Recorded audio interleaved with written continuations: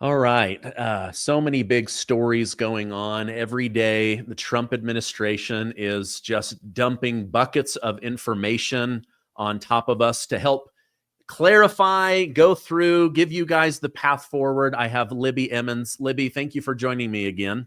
Sure thing. Thanks, Stephen. So, Libby is a writer and editor for the Post Millenial. I'll put a link to that down below. What are your thoughts on this recent cabinet meeting? Actually, let me back up.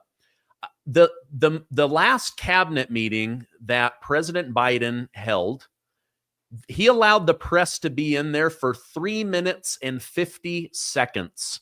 Hmm. President Trump set a new record of over 3.5 hours. They answered dozens of questions. They went cabinet by cabinet with like bombshell information. What were your thoughts on that cabinet meeting? Yeah, it was funny. It sort of took over the entire day. It went on for hours and hours.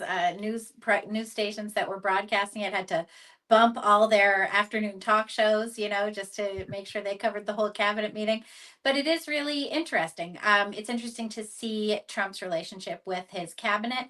It's interesting to see what's on his mind, and also that everything that comes up, he knows something about it, and he's aware of what's going on in that realm of government. And so that's something definitely to appreciate. And maybe that's why Biden only let people in for 3 minutes to see what was going on, because the odds are pretty good that he was not as aware as Trump is on Mm. what is going on in the government and what's going on across the country.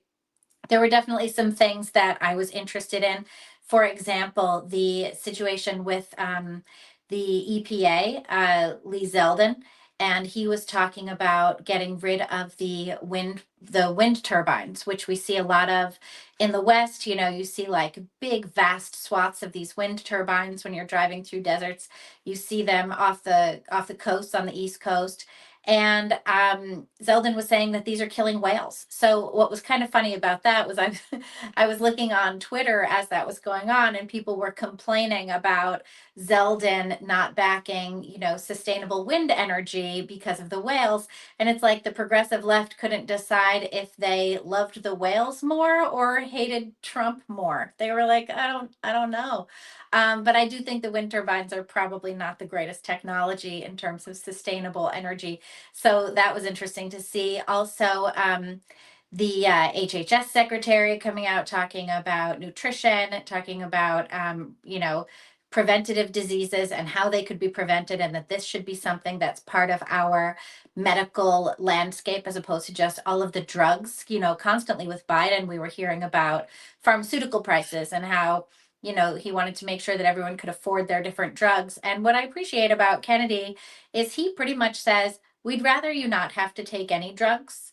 If you have to take drugs for specific diseases and ailments, because that's what has to happen, great. They should be affordable. But ideally, wouldn't you rather not have to take any drugs? And yeah, that's not a big pharma talking point for sure. Yeah. But those were the things that I thought were interesting. Also, the he Trump had a young reporter talk about how she was mugged last year in Yes. DC and how terrifying that was. Yeah, a reporter with the Epoch Times. Yeah, I saw that.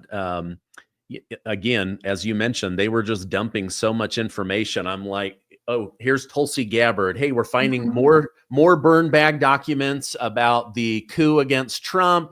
Also, we've launched an investigation into the 2020 election. And then Scott Bessent's like, oh, yeah, we're going to bring in $4 trillion and start paying down the national debt. And actually, we got the numbers wrong. We might actually be bringing in 700 billion to $1 trillion a year. And then RFK Jr.'s like, hey, we're on track to announce the links between autism and the different chemicals in the environment. And I was just like, oh my gosh, like these are all big bombshell stories.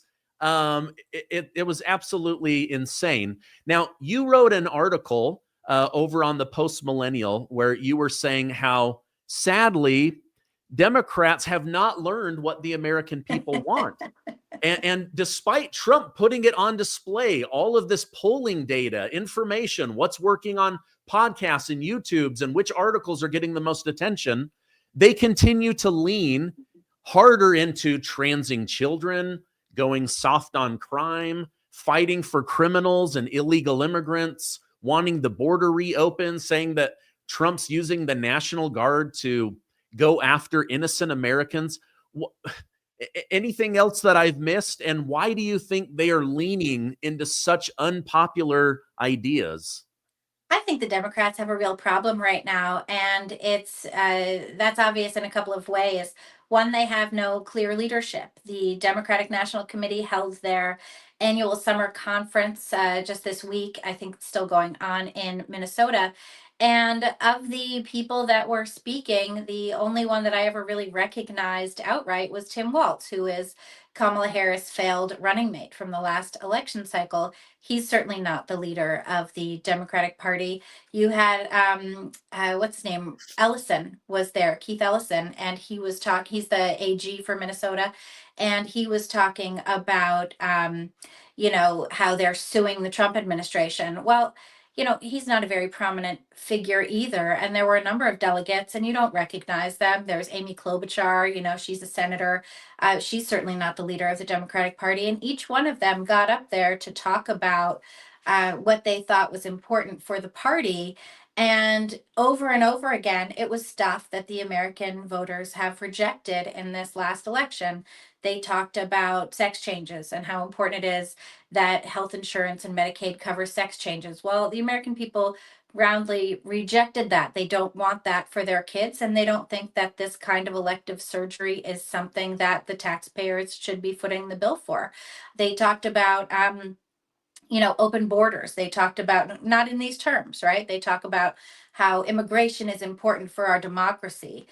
They talk about the dignity of undocumented workers. And this is the kind of language that they use. But what they really mean is that they don't want a border wall. They don't want border security. They don't want ICE enforcement. They don't want enforcement at workplaces. And they want the kind of open border scenario that Joe Biden and Kamala Harris had for the past 4 years.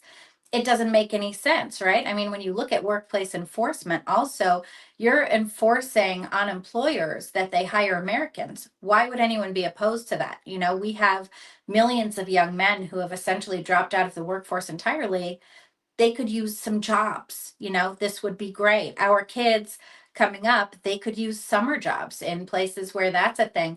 These kinds of positions are typically filled by illegal immigrants. So those are big deals. Also, you had someone coming up, one of the delegates.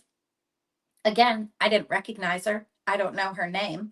She was talking about how important it is that Democrats not take the bait when they're talking about urban crime and crime in cities and Trump's crackdown on crime. She was saying that most Americans don't care about carjacking, but what they really care about is the mental health crisis and homelessness. Well, I don't know. I think a lot of people probably care about carjacking, especially in places where you have 200 carjackings a year, like you see in DC, right? Stuff like that. So that's a big problem for them. And they have another problem. So, not just the problem of leadership, not just the problem of being out of touch on policy platforms, but the problem of their far left base. You have a far left base in the Democratic Party like Zohran Mamdani, who are advocating for socialist ideas. Mamdani is advocating for some of the very same failed ideas that were in place in California, wiping out penalties for stealing under $900, things like this, free buses, which essentially will turn into homeless shelters on wheels, a lot of other things. He was talking about endorsing the Democratic Socialists of America platform, which includes reducing punishments for misdemeanor crimes. He's since sort of like vaguely walked that back. But this far left base is a problem for the Democrats. And part of the problem is that the people who are prominent in the party, Hakeem Jeffries, Chuck Schumer, they don't want to endorse Mamdani, but they're too afraid not to. So they're kind of just hedging around that. So these three pillars of problematic issues for the party are really causing them a lot of trouble. Yeah. Well, and nobody that has any prominent name wants to go any higher. Chuck Schumer can't become president. Hakeem Jeffries can't become president. Nancy Pelosi can't become president. So they're in a real pickle. Now, over on CNN, they were saying, they were using this idea of juxtaposition, like the Democrats next to the Republicans are just making the Republicans look so good just by comparison. Let's go ahead and listen to this clip and then we'll react to it together. Democratic brand right now has about the appeal with the American voter as the Cracker Barrel rebrand has with the American consumers. Bad, bad, bad. What are you doing? Oh, my goodness gracious. What are we talking about here in terms of big party registration changes in the key swing states? Let's look at the key 4 swing states that, in fact, do keep track of registration by party. Look, the Republican Party is in their best position at this point in the cycle since at least 2005, and all 4 of these key battleground states. We go out to the Southwest, Arizona. How about Nevada? Republicans haven't done this well since 2005. Oh my goodness gracious, at this point in the cycle. North Carolina, I couldn't find a point at which Republicans were doing better at this point in the cycle. It's at least this century. It probably goes way back in the last century. And Pennsylvania, very similar. Republicans doing better at this point than at any point this century, at least as far as I could find. Now, what types of gains are we talking about here for the Republican Party? Well, let's compare it to this point during the first Trump administration all the way back in 2017. Look at this. The Republican Party gains in party registration compared to this point back in 2017 during the Trump first administration. In Arizona, you got a Republican gain of 3 points. Okay, how about Nevada? Up the hill we go, even though we're sticking in the Southwest, a gain of 6 points. How about, again, we come to the East Coast, North Carolina, a gain of 8 points for the Republicans. And in the Keystone State, in the Commonwealth of Pennsylvania, again, we're talking about a gain of 8 points. My goodness gracious, for Republicans, they are converting old former Democrats to their side of the ledger, as well as picking up new voters, registering new voters, and it absolutely paid off for them back in the 2024 election. Now, of course, Donald Trump has been president since January. Are there any bright spots for Democrats? Have they picked up any ground since January 1 in terms of party registration? Not in these key swing states, these 4 key swing states. What are we talking about? Party registration margin gain since January 1, 2025. Which parties gain in Arizona? The GOP. How about Nevada? The GOP. North Carolina? The GOP. How about in Pennsylvania? We'll make it 4 for 4, the GOP. The bottom line is this, Jessica Dean. When it comes to party registration, Republicans have made massive gains compared to 8 years ago. They are in their best position in these key 4 swing states dating back at least 20 years. You have to go back at least 20 years, at least in the case of Nevada, longer in North Carolina and Pennsylvania. So Republicans looking pretty gosh darn good, at least when it comes to party registration. And we'll see what happens down the road. But at this point, as I said at the beginning, the Democratic brand is in about as good a position as the Cracker Barrel rebrand. It is bad, bad, bad for the. I think one of the differences, Cracker Barrel's going, wait a minute, we lost $100 million. We better rebrand. The Democrats are like, I'll see your 100 million and take it to $1 billion. You know, we're willing to burn with the ship. Your thoughts on that? That was a little bit long, but I think, does this come down to good ideas, execution, having the confidence of the American voter? What are your thoughts on that? If you've been living on credit cards just to cover groceries, gas, and bills, you know those interest rates are brutal. Why keep paying 20% or more to banks when you could call my friends at American Financing? They have mortgage rates in the 5s, and they are showing people every day how to keep more of their hard-earned money and keep it out of the hands of credit card companies.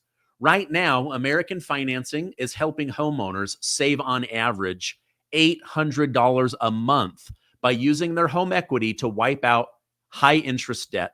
With no upfront fee and no obligation, and just a 10-minute call to a salary-based mortgage consultant. And here's the kicker. If you start today, you could save 2 mortgage payments, putting even more cash in your hands right now. Don't wait. Call American Financing now at 888-686-8030. That's 888-686-8030, or visit americanfinancing.net/Gardner.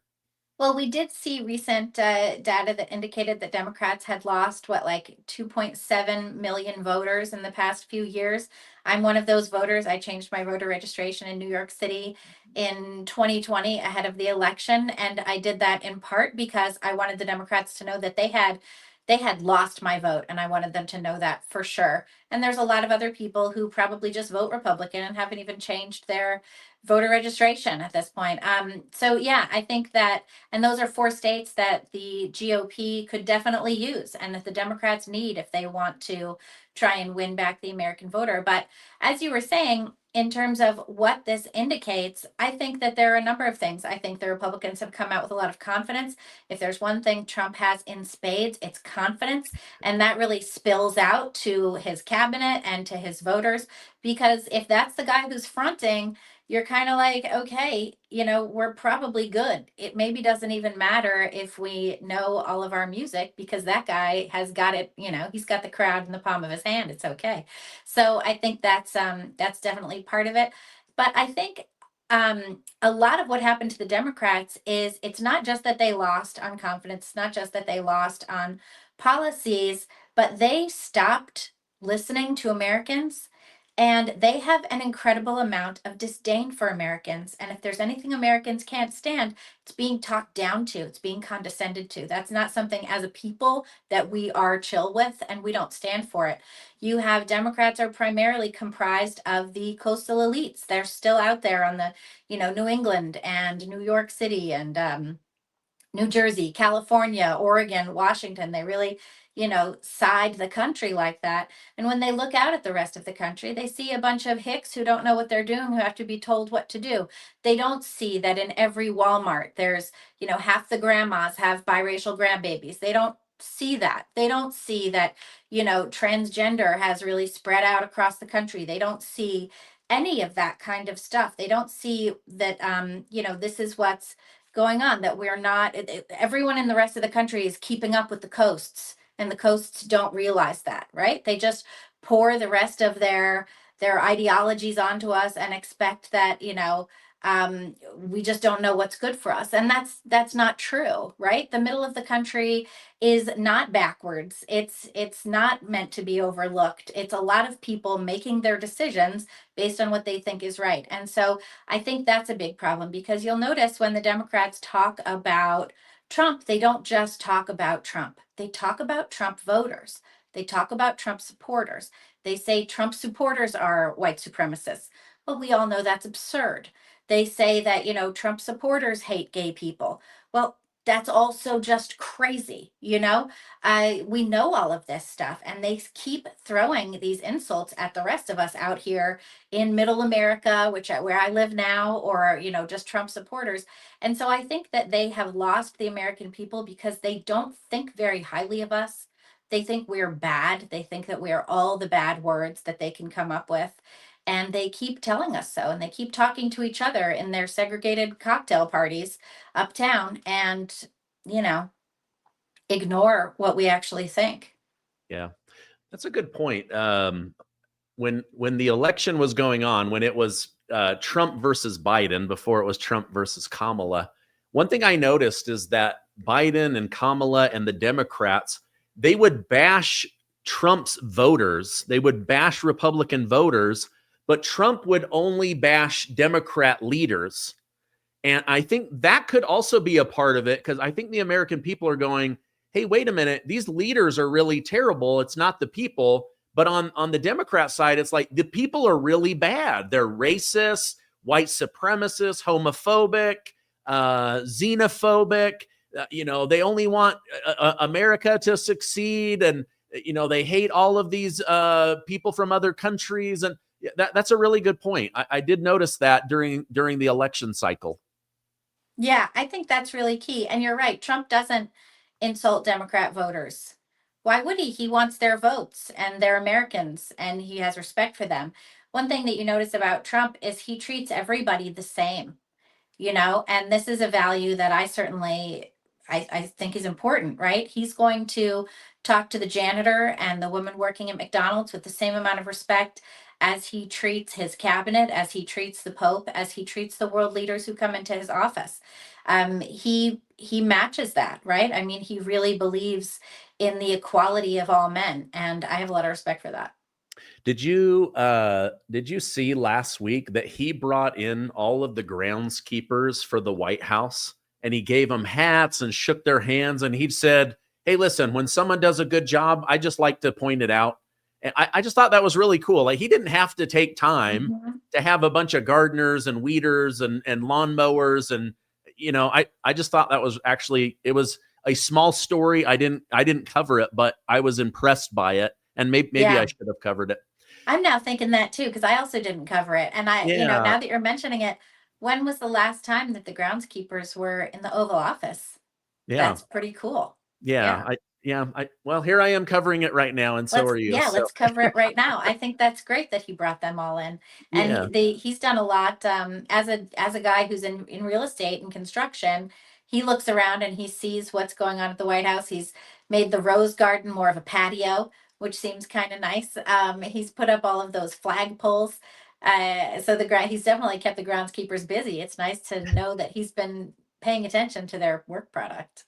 Yeah, he's such an interesting character to cover from a news standpoint, because one day he's got the groundskeepers for the White House, and the next day he's got the Gold Star families from Right. the Abbey Gate tragedy. I mean, you and I were talking off air. Every day, it's just so much information. It's like he's getting weeks or months worth of stuff done every day. I can't personally keep up with the news cycle. No, it's really hard. And one thing that I think is interesting too is, so I consume a lot of news because I want to know what everybody's saying and what everybody's talking about and what's going on. And so I listen to a lot of different podcasts in the morning. And in the past couple of years before Trump, you'd look at one podcast in the morning and you'd say, oh, they're covering this. Everybody's covering that leading off. You'd look at one newsletter, oh, they're covering, this story. Every newsletter is covering that leading off. Everyone's covering the same thing in the morning. And that's just not true anymore. You look at 10 different newspapers, you get 10 different leading headlines. Same thing with the podcasts, I mean, they overlap a little, but not as much as they used to. And we were just talking about this before. The news cycle is a torrent of information, and it's really hard as an editor to look at everything and say, we have limited resources. We can't cover every single story. We can't run 100 stories a day at the Post Millenial. We're not the New York Times, we're not the New York Post. We don't have this kind of bandwidth and this much staff. So you really have to be selective about what you're covering. And you end up missing stuff like the groundskeeper story, or covering one thing. And then while you're covering one thing, something else happens. And you're like, oh, should I abandon this and cover this up? What are we doing? It's a whirlwind trying to curate the news for readers right now. And Yeah. and I'm grateful to the readers who keep coming back to check out what we've got. Yeah. I spend a lot of my day figuring out what story to leave out versus which one to put in. A story that I didn't want to miss with you. President Trump says George Soros and his wonderful radical left son should be charged with RICO because of their support of violent protests and much more all throughout the United States of America. We're not going to allow these lunatics to rip apart America anymore, never giving it so much as a chance to breathe and be free. Soros and his group of psychopaths have caused great damage to our country. That includes his crazy West Coast friends. Be careful, we're watching you. Thank you for your attention to this matter. What are your thoughts on him? He's very strategic about who he pulls into the spotlight because he knows they'll get a lot of attention. George Soros is being brought in on the Epstein stuff. George Soros was exposed for currency manipulation. He was exposed for using USAID to flood the United States with illegal immigrants. Your thoughts on him pulling him into the spotlight? Yeah, it's interesting. Within about 10 minutes of that Truth Social post dropping, there were like 20 articles written about that very same thing. Everyone trying to figure out what they made of it. George Soros is the founder of the Open Society Foundation. He has put so much money into leftist causes, backing DAs in local city elections all over the country, getting in people who are soft on crime, who are in favor of eliminating cash bail and reduced minimum sentences, or not even having minimum sentences for different kinds of crimes. And it's you look at it and you're like, if that's what you're doing, and the result of that is the destruction of American cities, you must want the destruction of American cities. Because otherwise, why are you doing this? What do you think is the right thing to do here? And he is responsible for a lot of that. His philanthropies are responsible for funding a lot of anti-Israel stuff too, a lot of different activism. So slapping them with RICO would be an interesting way to handle it. Of course, Trump was slapped with RICO in Georgia. His campaign, 19 people, they was it Fannie Willis, the DA down there in Fulton County, alleged that his entire campaign was set up for the purpose of being a criminal organization, which is crazy. I don't think that Soros is set up to be part of I don't think he set up his philanthropy to be part of a criminal organization intentionally. So I think it would be tough to get him on RICO. But I do think that people should fight to get his money out of politics. I don't think that he has good intentions for the country. Yeah. And maybe that's what he's trying to do. It's just pull his name into the spotlight. So a bunch of people will go, oh, who's this George Soros? I mean, I think most people know who George Soros are, but I don't think they realize to what extent he's been funding rallies and the invasion on the border. So we'll see what ends up coming of that. Okay, final question for you. Melania Trump. So Vanity Fair, they usually will have the first lady come on and do a cover. They refuse to do Melania Trump. Other magazines refuse to do her. And then over the years, Vanity Fair has kind of morphed from this like beauty and fashion and culture to like occasional articles about how Donald Trump is evil. So like on one hand, it's like, you know, pair this jacket with these jeans. Also, did you know that Donald Trump is Hitler? And now the new owner is saying it's time to do a piece on First Lady Melania. And you've got employees saying, we will walk out of this mother effer. We're not going to be associated with her. Why so much vitriol and hatred towards Melania Trump? She seems to be an incredibly good human being. Yeah, and she's also certainly the most fashion forward first lady since Nancy Reagan. So I don't know what their issue is with her there. She literally was a cover model and she was like a fashion model herself. She's incredibly beautiful. She's interesting. We already know that she has her own ideas. And I think that those Vanity Fair writers are ridiculous for saying that they wouldn't cover the first lady. And this is a lot of what we see with the legacy of the, resist Trump. They don't want to resist policies. They don't want to call balls and strikes. They don't want to say, oh, this was a good idea. I'm not super crazy about this one, but that wasn't bad. Like a normal person would do when they look at the president, like we did with Biden or with George Bush or Obama or anybody, looking and saying, I like that. I don't like that. And so I think that they're absurd. And I think that in the media landscape that we're currently in, it's not a great time to just go jumping ship and thinking that you're going to get some other high paying job somewhere at some other publication, because there aren't that many, going around. But yeah, I think it's a fruitless endeavor to try and boycott Melania Trump. I hope that Vanity Fair does do the profile, because Melania Trump has a lot of fans in this country. She is a dedicated mother. We know that. She was a dedicated daughter to her mother in her old age. She's been a dedicated wife to Donald Trump through obviously very difficult times. And she's experienced a lot of what's been going on in culture, right? She was debanked. Her son wasn't able to open a bank account, if I'm remembering correctly. And all of these things came at her because of who she was married to. And she's not married to a genocidal maniac. She's not married to a dictator. She's not married to someone who, took over the government with military force or any of those things. She's married to a man who was elected duly and rightfully by the American people, to be in the White House twice, some say 3 times. And here she is, give her the time of day, Vanity Fair writers. Like, what makes you so great? Yeah, absolutely. Yeah, she's married to the guy that was going to start World War III and drag America into war. And here he is being nominated for the Nobel Peace Prize for ending 6 or 7 wars. He's still trying to bring the Russia-Ukraine war to an end. I thought, how stupid of them, like an opportunity to present the first lady of America, but because of politics, they just can't see past their anger. And also because they don't like Americans, right? I mean, half of America voted for Donald Trump and, would be glad to read about Melania Trump and her contribution and what she's interested in and what's going on with her.